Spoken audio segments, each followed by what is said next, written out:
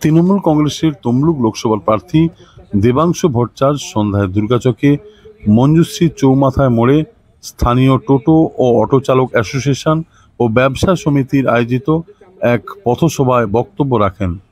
তিনি বলেন, যদি নির্বাচনে জিততে পারেন আগামী 5 বছর হলদিয়া তথা তমলুকের স্বার্থে নিরলসভাবে কাজ করে যাবেন। তিনি স্থানীয় বিধায়ক তাপসী মণ্ডল ও সাংসদ দিব্যেন্দু অধিকারীর তীব্র সমালোচনা করেন।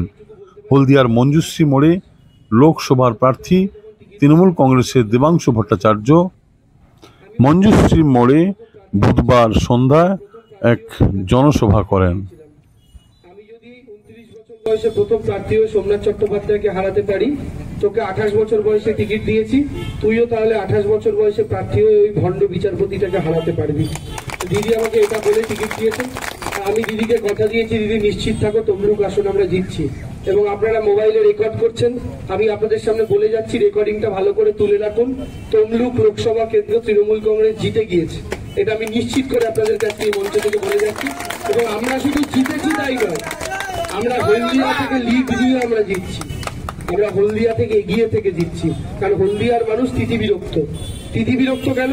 বিজেপির বিধায়ক হলদিয়ার সাংসদ দিব্যেন্দু অধিকারী, সেও তো বকল হবে 4 বছর ধরে বিজেপি।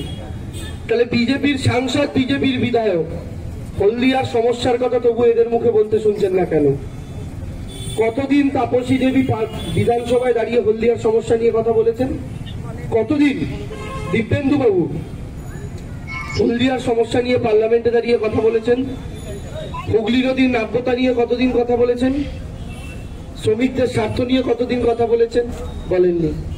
ফলে যেমন দিব্যেন্দু অধিকারীকে গত 5 বছর দেখতে পাননি, যদি বিজেপির সাংসদকে নির্বাচিত করেন তাকেও দেখতে পাবেন না। তিনি একটা ফ্যান্সি জগৎ থেকে এসছেন, বিচারপতি ছিলেন, এসেছেন রাজনীতির ময়দানে, হঠাৎ করে মুড হয়েছে, ভোট দিয়ে যদি তাকে এমপি বানিয়ে দেন, আবার যে কোনোদিন রাজনীতির ময়দান থেকে সরে যাবেন না তার কিন্তু কোনো গ্যারেন্টি নেই। তখন কপাল চাপড়াবেন, এমপিকে কোথায় পাবেন? তখন দিব্যেন্দু অধিকারীর মতোই দশা হবে, যেমন দিব্যেন্দুকে পাননি অভিজিৎ গাঙ্গুলিকেও পাবেন না। কিন্তু আমি আমার কথা আপনাদের বলতে পারি, গত 6 বছর ধরে আপনারা আমাকে রাজনীতির ময়দানে দেখছেন। দেবাংশুকে মিটিংয়ে দেখেছেন, মিছিলে দেখেছেন, স্লোগানে দেখেছেন, বিতর্কে দেখেছেন। আমি রাজনীতির মঞ্চের ছেলে, তাহলে আগামী 5টা বছরও রাজনীতির ময়দানে থাকবো। আপনারা যদি আমাকে জেতান, আপনাদের ঘরের ছেলে হিসাবে পাশে পাবেন। আমার 7টা বিধানসভায় 7টা অফিস থাকবে, যে অফিসের দরজা সবার জন্য খোলা থাকবে। আমার অফিসে যাওয়ার জন্য কোনো নেতাকে ধরার দরকার হবে না, সরাসরি যার মনে হবে আমার দরজা সবার জন্য খোলা, গিয়ে সেখানে উপস্থিত হতে পারবেন। Smart news Bangla, smart news Bangla.